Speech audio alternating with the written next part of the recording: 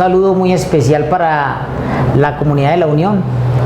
Hoy nos convoca un tema que consideramos de capital importancia, es el tema de las poblaciones vulnerables y su relación dentro del sector educativo. ¿Por qué vamos a hablar de la población vulnerable con ocasión al sector educativo? Vamos a hablar de esta población porque el radio de acción en el orden nacional pues sería mucho más complejo de dilucidar, y la idea es que podamos entenderlo pues de la manera pues más elemental, más sencilla.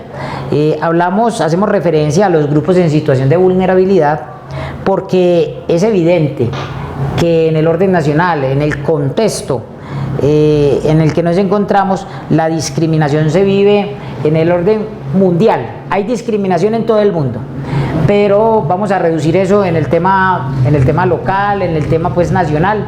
Y entonces podríamos decir que los índices de inequidad, las balanzas ahí superpuestas, unas más arriba que otras, no confundiendo pues de ninguna manera lo que hemos dicho que es la justicia y la equidad, pero lo que vamos a señalar es que hay unos índices de inequidad tan evidentes, tan grandes, que son los que nos permiten incluso señalar que hay un contraste entre la realidad que vive el cuerpo social con respecto a la discriminación, con respecto a la vulnerabilidad a la que se ven sometidas muchas personas, muchos habitantes, que incluso podríamos decir que difiere del contenido del artículo 13 de la Constitución Política de Colombia. El artículo 13 constitucional hace referencia al derecho a la igualdad. Entonces podríamos decir, ¿derecho a cuál igualdad? ¿Qué clase de igualdad puede existir en un mundo, en un país, en un departamento, en un municipio donde hay tantas inequidades, hay tantas desigualdades, hay tanta discriminación, hay tantas personas en condición evidente de vulnerabilidad? Y es eso lo que nos convoca pues el día de hoy. Podríamos, por ejemplo, hacer aquí referencia a un escritor que recuerdo mucho, que escribió por allá un libro que se llama Los dioses tienen sed. Bueno, pero más allá pues de si los dioses tienen sed o no, a lo que estoy haciendo referencia es de que este autor, Anatole France, hacía referencia al tema de alguna manera con una frase que él apuntaba, y dice la frase de ese autor: queda prohibido a ricos y pobres dormir bajo los puentes. Entonces uno tendría que preguntarse, ¿cómo así?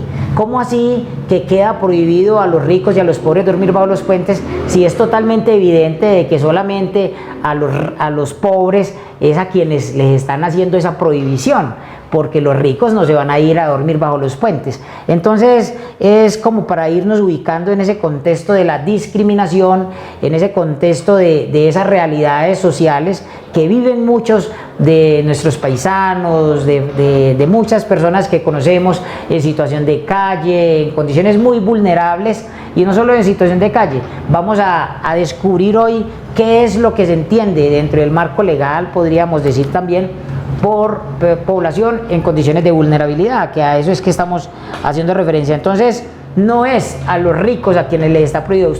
O sea, puede haber una ley que prescriba esa prohibición, que a los ricos y a los pobres les queda prohibido dormir bajo los puentes, pero la realidad de nuestro contexto social, un contexto social lleno de inequidades, nos permite entender, pues es más, entender por nuestro sentido común que esa prohibición solo tiene un sujeto para acomodar ahí esa frase, y es que a los pobres está prohibido. Incluso, por ejemplo, municipios del oriente antioqueño van con frecuencia, revisan bajo los puentes que nadie esté constituyendo cambuches o esas cosas, y entonces ahí lo que tendríamos que entrar a evaluar es las políticas sociales de esas entidades territoriales con ocasión a una realidad que muchas veces arrincona a las personas a tal punto que se ven en la penosa necesidad de dormir bajo un puente. Ya es otro paseo, hace referencia a que dentro de los puentes se instalan personas con otras pretensiones que tienen que ver con el tema de adicciones o algo así. Estamos hablando acá es de la discriminación, estamos hablando acá de las poblaciones vulnerables, y en ese sentido pues es que queremos orientar el asunto. Las poblaciones vulnerables, ¿qué son las poblaciones vulnerables? Las poblaciones vulnerables son aquellas personas que por su naturaleza o por determinadas circunstancias se encuentran en mayor medida expuestas a la exclusión, a la pobreza y a los efectos de la inequidad que muchas veces, o en términos generales, los expone con mayor razón a la violencia. Es decir, son las poblaciones, todos estamos expuestos a la violencia, pero la población en condición de vulnerabilidad, por las circunstancias que tienen que ver con lo que padecen, son más expuestas a la vulnerabilidad. ¿Por qué? Pues hombre, por el lugar donde están asentados, los barrios donde viven, las condiciones sociales y culturales del entorno donde se encuentran, la manera en que tramitan los conflictos, una serie de situaciones que hacen que muchas veces la forma en que se tramitan los conflictos no sea la manera razonable de resolverlos, sino al contrario, que al no existir unas alternativas pacíficas de solución de esos conflictos, la gente culturalmente recurre de manera vulgar e innecesaria a otros mecanismos, entre ellos la violencia, para resolver esas diferencias de los conflictos. Ahí tendríamos entonces también que decir de que el punto clave está en la manera en que nosotros entendemos al otro desde sus diferencias, porque también el tema de la vulnerabilidad tiene mucho que ver con la forma en que el cuerpo social concibe la existencia, o más bien coexistencia, de la diversidad. No todos somos iguales, no todos miramos en la misma dirección, no todos tenemos las mismas cosmovisiones, y cuando eso es así, entonces lo que ocurre es que hay conflictos, que hay unas diferencias que no se tramitan de la mejor manera, y entonces eso hace de que no se pueda predicar, como lo hemos dicho en tantas ocasiones, el tema de la sana convivencia. Hay muchos ejemplos en condiciones de vulnerabilidad. Por ejemplo, para ir aterrizando el asunto, tendríamos que hablar, por ejemplo, de las poblaciones étnicas.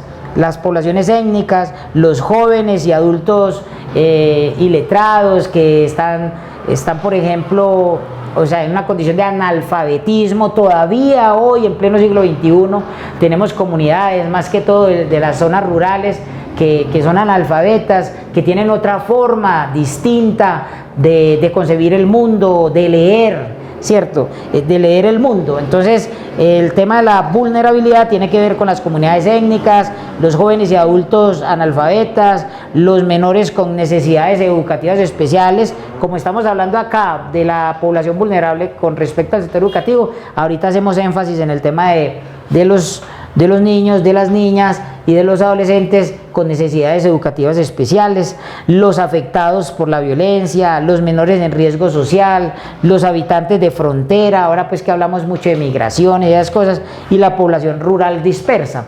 La Corte Constitucional, por ejemplo, la Corte Constitucional, ¿qué es la Corte Constitucional? La Corte Constitucional es un conjunto de jueces que, con fundamento en la Constitución política, son los guardianes de la Carta Política, del Estatuto Superior. Ese Estatuto Superior que hemos dicho acá en varias ocasiones, hemos de concebir como la carta de navegación de nosotros, un catálogo de derechos y libertades que es indispensable tener al interior de cada hogar, como también se debe tener las Sagradas Escrituras, para ubicarnos en ese contexto, el primero desde lo político y lo segundo de lo espiritual. Eso pues es una sugerencia respetuosa que hacemos ahí entre líneas. La Corte Constitucional indicó, por ejemplo, que la categoría de sujeto de especial protección constitucional está conformada por aquellas personas que, debido a su condición física, psicológica o social particular, merecen una acción positiva para efectos de lograr una igualdad efectiva. Es decir,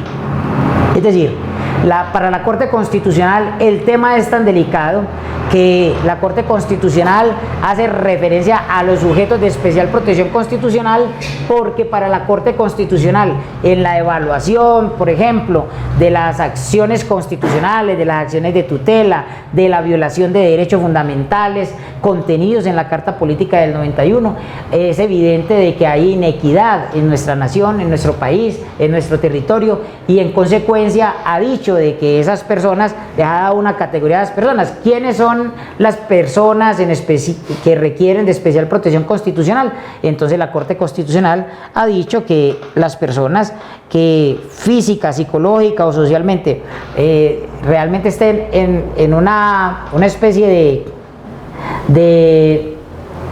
de situación vulnerable con respecto al resto de las personas, esas personas requieren una acción positiva del Estado.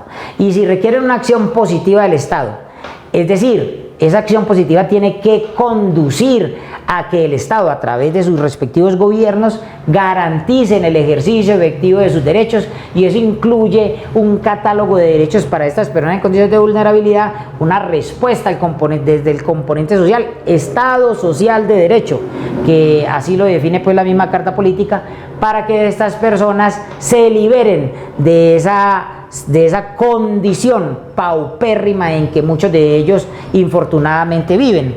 Entonces así lo ha señalado pues la misma Corte Constitucional.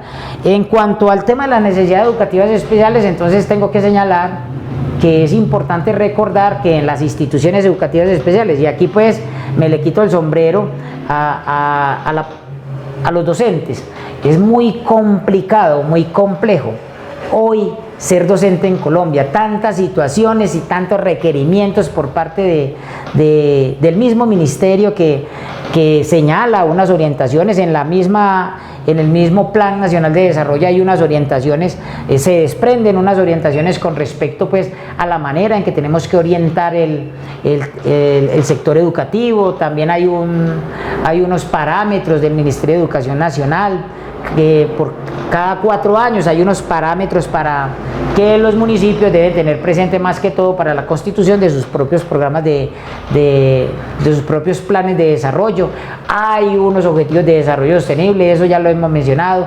Hay un plan decenal de educación, también tenemos que acogernos a eso, y la misma Gobernación de Antioquia, para efectos pues de los 125 municipios, también da unas orientaciones en ese sentido, que si bien es cierto hay una autonomía territorial, lo más importante es entender la importancia de poner a concurrir el plan de desarrollo municipal con el plan de desarrollo departamental, y a su vez estos dos con el plan nacional de desarrollo. Solo esa concurrencia puede garantizar la consecución de unos recursos económicos que son necesarios para hacer efectivo los derechos que están contenidos en todas esas orientaciones que acabo de mencionar. Entonces estoy diciendo que en las instituciones educativas y los centros educativos rurales hacemos referencia a un factor agregado.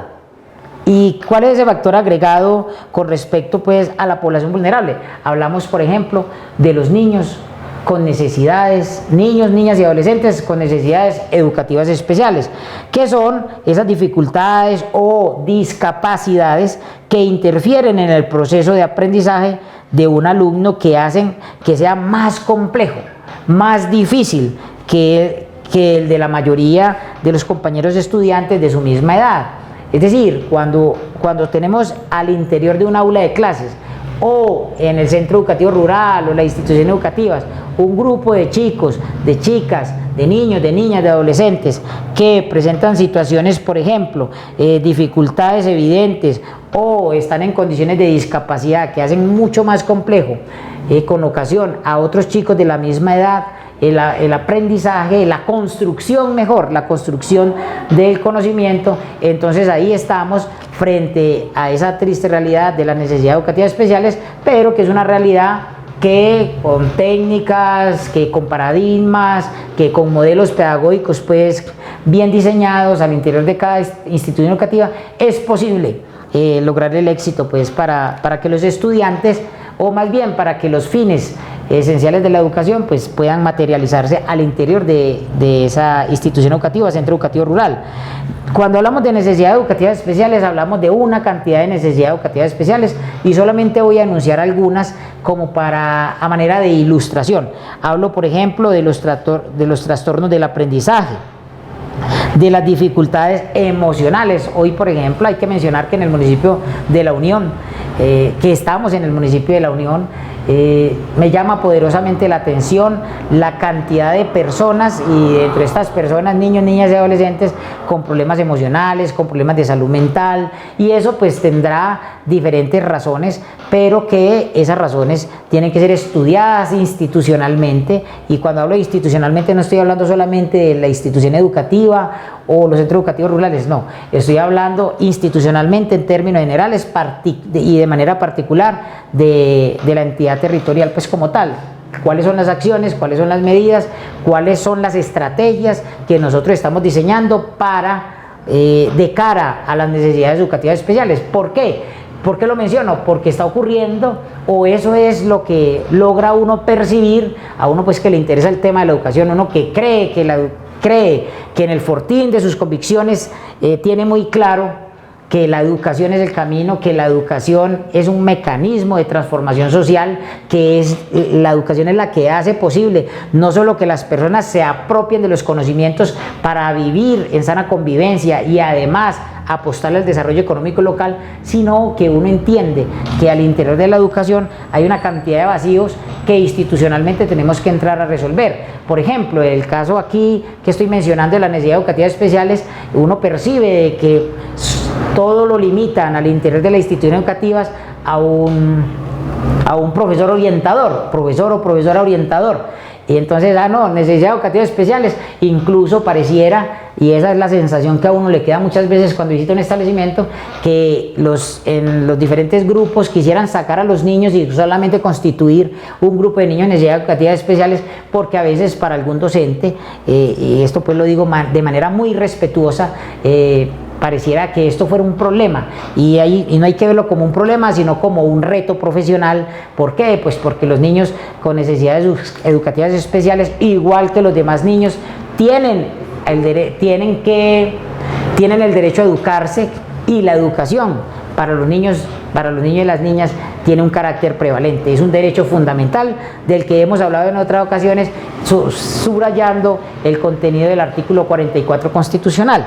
Entonces estoy hablando de las necesidades educativas especiales, estoy hablando de que dentro de esas necesidades educativas especiales están los trastornos del aprendizaje, están las dificultades emocionales, donde hice énfasis pues en los problemas de salud mental que son evidentes en un municipio pues como La Unión, y que es un reto institucional para entrar pues a resolver. También hablamos de las dificultades físicas. Esas dificultades físicas tienen mucho que ver, por ejemplo, a veces con las dificultades sensoriales, el tema de la discapacidad cognitiva, el tema del trastorno generalizado del desarrollo cerebral, las dificultades sociales, que es muy importante mirar cuál es el contexto, cuál es el entorno. Hoy hablamos de los entornos protectores, hoy hablamos de la importancia de mirar cuál es el lugar donde están ubicados nuestros estudiantes. Estoy hablando como parte de una comunidad educativa. El municipio tiene que ser concebido como una comunidad educativa. Ahorita que mencionaba, por ejemplo, los profesores orientadores, entonces dígame, por ejemplo, el tema de los profesores que están en zona rural. Y entonces un profesor en la zona rural con 25 niños, 17 niños, 30 niños, qué sé yo, y entonces con 2 niños con necesidades educativas especiales. Y entonces, por ejemplo, ¿dónde está el docente orientador? Que es el que esta sede pertenece a tal institución educativa, entonces que lo va a tratar. Bueno, todas esas cosas hacen muy compleja la tarea del docente, y gracias a la vocación de la mayoría de ellos es que es posible que estas necesidades educativas especiales se aborden de la manera idónea que nos permita la inclusión dentro del sistema educativo. Hay otros trastornos, por ejemplo, como el control de impulsos, el trastorno obsesivo compulsivo, la superdotación intelectual, los talentos excepcionales que llamamos, trastornos del lenguaje, entonces una cantidad de cosas, la situación sociofamiliar disfuncional. Mire qué tan difícil es ese tema, donde vale la pena recordar, lo dice la Ley General de Educación, que es la Ley 115 del 94, lo dice el Código de Infancia y Adolescencia, que es la Ley 1098-2006, lo dice la Constitución Política en el artículo 67. ¿De quién es la responsabilidad de nuestros niños, niñas y adolescentes? Es responsabilidad de la familia, la sociedad y el Estado. Y hoy que estamos hablando de poblaciones vulnerables, y de entre las poblaciones vulnerables estamos incluyendo de alguna manera las necesidades educativas especiales, porque dije al principio que íbamos a relacionar el tema de población vulnerable con respecto también al sector educativo. Entonces hay que prestarle bastante atención a todas estas situaciones. El país, y en particular el sector educativo, entiende la vulnerabilidad como un fenómeno que deteriora el bienestar y la calidad de vida de las personas y que retrasa el desarrollo de los pueblos.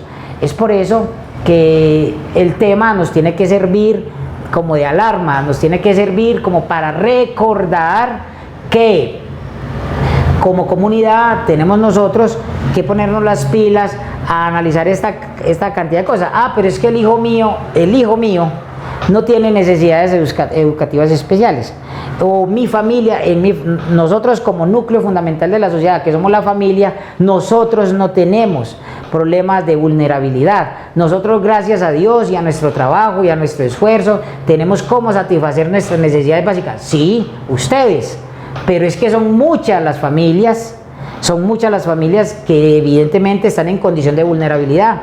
Hay muchas familias que requieren de la protección especial, dada esa vulnerabilidad, requieren una protección especial del Estado. Esa es una realidad a razón de las grandes desigualdades que vivimos en el país, y esa es la reflexión que estamos haciendo el día de hoy. ¿Por qué? Pues porque como comunidad tenemos que exigir al gobierno local que evaluemos esta clase de situaciones.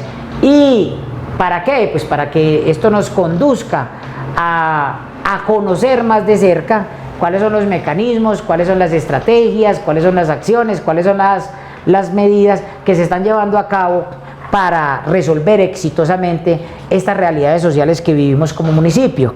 Eso es lo que estamos mencionando. Entonces, ¿qué es lo que tenemos que hacer para lograrlo?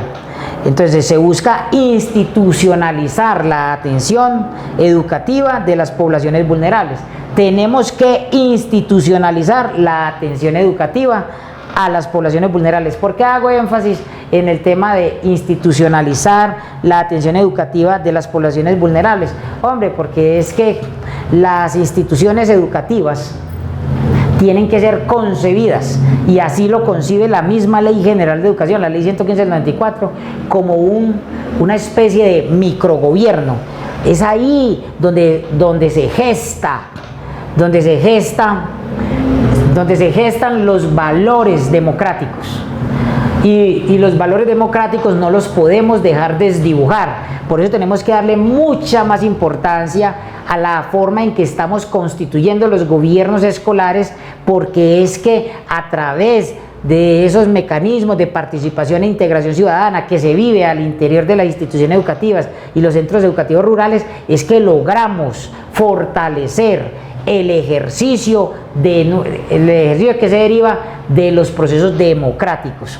Entonces no nos podemos inventar cosas que lleven, por ejemplo, a concebir el gobierno escolar como un simple requisito del proyecto educativo institucional, donde nombramos a dedo o hacemos un remedo de la democracia, y entonces elegimos ahí a un personero, a un contralor estudiantil, un consejo directivo, y al que más grite o al que más pelee o al que incluso crea que son los mismos vicios que ve en la sociedad los que tienen que replicar al interior del establecimiento educativo. Es por eso que algunos muchachos o chicas los ve uno en una campaña, por ejemplo, a la personería estudiantil, prometiéndoles pues una piscina a los chicos, y además una piscina de olas, cuando nada tiene que ver eso con lo que realmente necesitamos predicar al interior de las instituciones educativas con respecto al gobierno escolar. Entonces, institucionalizar la atención educativa de las poblaciones vulnerables es muy importante. ¿Por qué? Pues porque desde desde las instituciones educativas y los centros educativos rurales, los chicos, los niños, las niñas, los adolescentes están llamados a irse apropiando, ir construyendo el conocimiento en torno al valor y al respeto de las diferencias. Eso hace posible que más adelante puedan ser actores importantes en la construcción de políticas públicas de inclusión social. Tenemos que apostarle, y de eso estamos hablando hoy acá, de la importancia de la inclusión social. Cuando hablamos de inclusión social, lo que estamos rebatiendo es el tema de las inequidades. Las inequidades, las grandes desigualdades que padece el cuerpo social, tienen que, al otro extremo, tienen que encontrarse con unas políticas de inclusión social que permitan la integración ciudadana, la participación en los diferentes procesos que lleven a el ejercicio efectivo de los derechos de la ciudadanía. Entonces es eso lo que estamos aquí indicando. Vuelvo a repetir, ¿qué dice la Ley General de Educación al respecto? ¿Qué dice la Ley 115 del 94, que es la Ley General, con relación a este tema? Entonces, la Ley General de Educación expresa que el servicio público de la educación debe cumplir una función social, acorde con las necesidades e intereses de las personas, acordes no solo con los intereses de las personas, sino también de la familia y de la sociedad, y que les corresponde, y ahí nos lo recuerda lo que acaba de mencionar, al Estado, a la sociedad y a la familia, velar por la calidad de la educación y promover el acceso a la misma. Entonces recordemos acá que hay una responsabilidad de carácter superior de la sociedad, del Estado, la sociedad y la familia. La familia, la sociedad y el Estado son responsables, así lo señala el artículo 67 constitucional, así lo señala la Ley General de Educación, así lo señala la Ley 1098 de 2006, que es el Código de Infancia y Adolescencia. Dice quiénes son responsables de la educación de nuestros niños, de nuestras niñas, de nuestros adolescentes, y además por qué es importante que asumamos esa responsabilidad como se debe, con idoneidad, con compromiso, con voluntad política, para transformar las realidades sociales a través del sistema educativo, a la sociedad, a la familia, al Estado. Y esa concurrencia de esas tres instituciones tiene que surtirse y además surtirse de manera evidente. Es decir, no es que la Constitución y la ley hagan referencia a esa responsabilidad y nada más quede ahí nominal, sino que tenemos que llevarla a la práctica. Tiene que percibirse de bulto, que sea evidente que institucionalmente se están llevando a cabo una serie de estrategias que conducen a mitigar, ojalá lo más que se pueda, esa condición de vulnerabilidad o esa situación tan vulnerable que lleva a las personas, a las familias, a requerir una atención especial del Estado. Entonces es eso. ¿Qué debe hacerse entonces por parte de los gobiernos? Entonces una de las tareas principales de los estados y dentro de esto los gobiernos es establecer acciones concretas que sean evidentes, que uno perciba como ciudadano de a pie qué es lo que se está haciendo para contrarrestar eso, para que se permita garantizar un respeto pleno y salvaguardar los derechos humanos de estas poblaciones. Conclusiones.